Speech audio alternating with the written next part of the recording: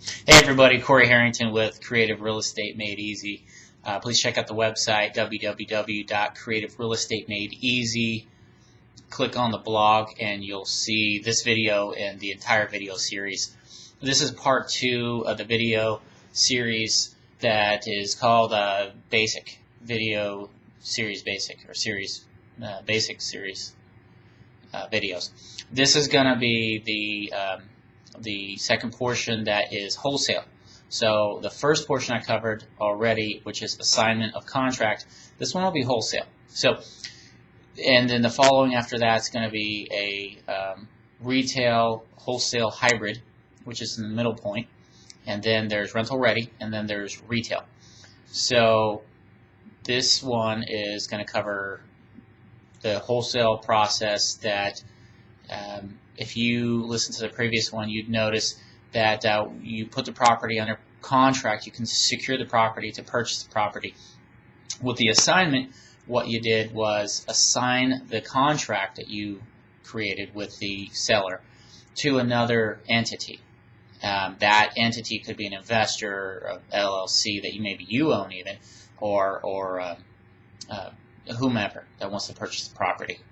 And you make money on the piece of paper that you assigned over. The contract is an 8-page contract in our state, Texas, and the assignment is a 1-page, and you basically sign your right to purchase the property over to these people for financial value.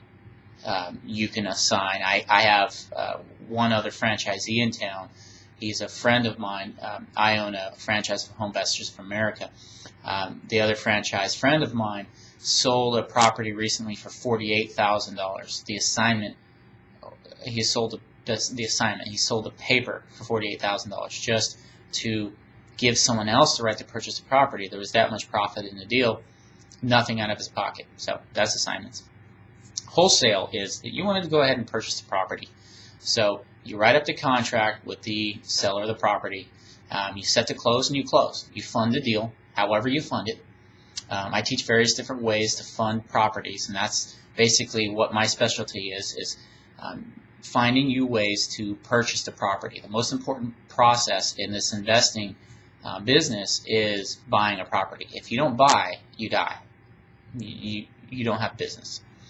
So I teach creative ways to buy properties, and that's what I teach and advocate on my website. There's a lot of free information and a lot of detailed information you can get as well for a fee. But the free information, like what I'm offering you now, is something very helpful to get you going. So let's get started. Again, you put a property under contract to buy, and then you want to close on the property, and now you own the property. But you realize that you don't have enough money to fix it up completely, or you simply found a better opportunity and your money's tied up in this one.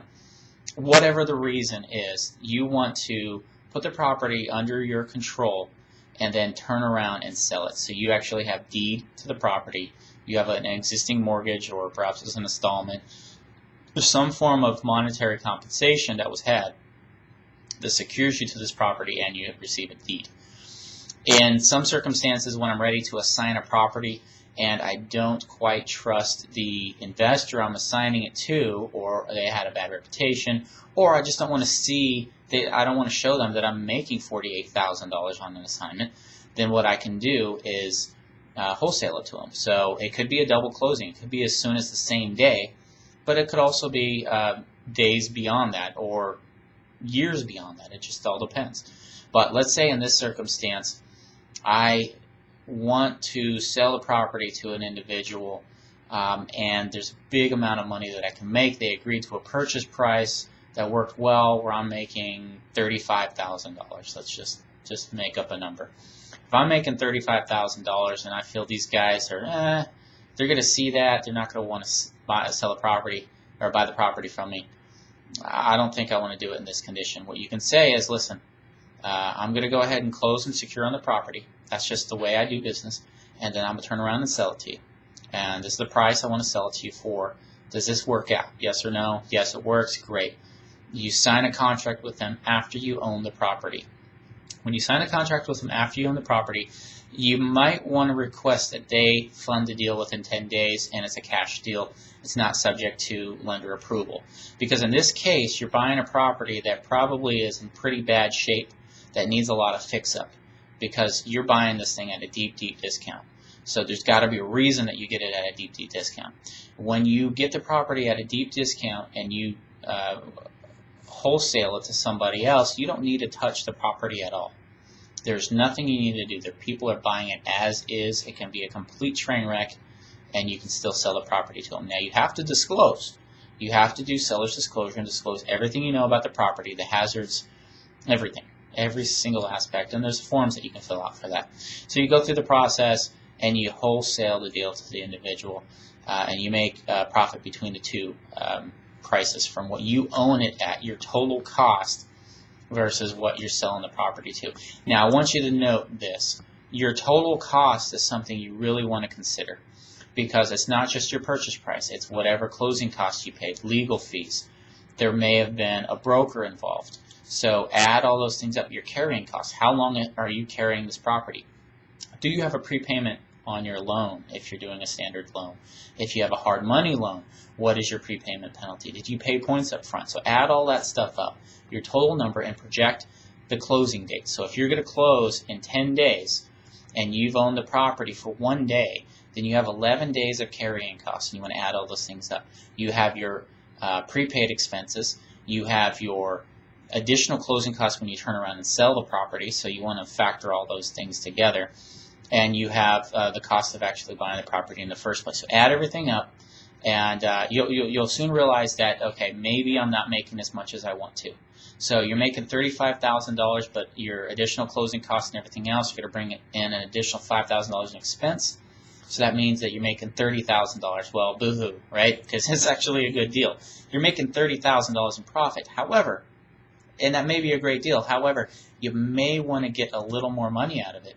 You should request that that the buyer pay for all closing costs, all normal closing costs on both your side and their side, including title, transfer, and everything else.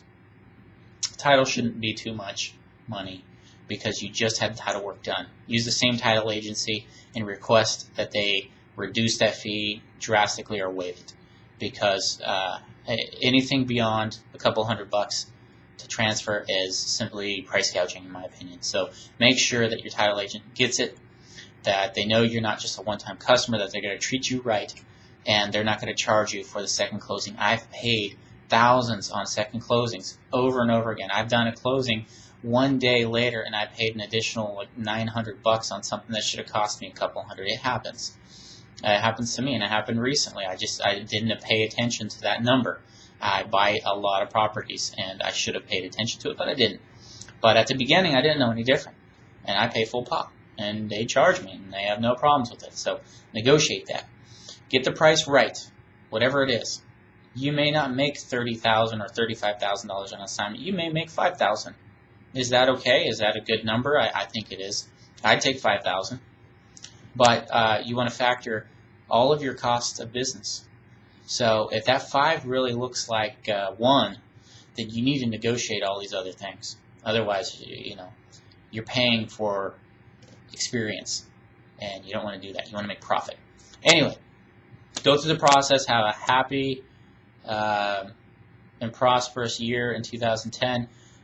Thanks for listening to this. I hope it was helpful. If you have additional questions, this is what it's intended for. Yeah, I know you have additional questions.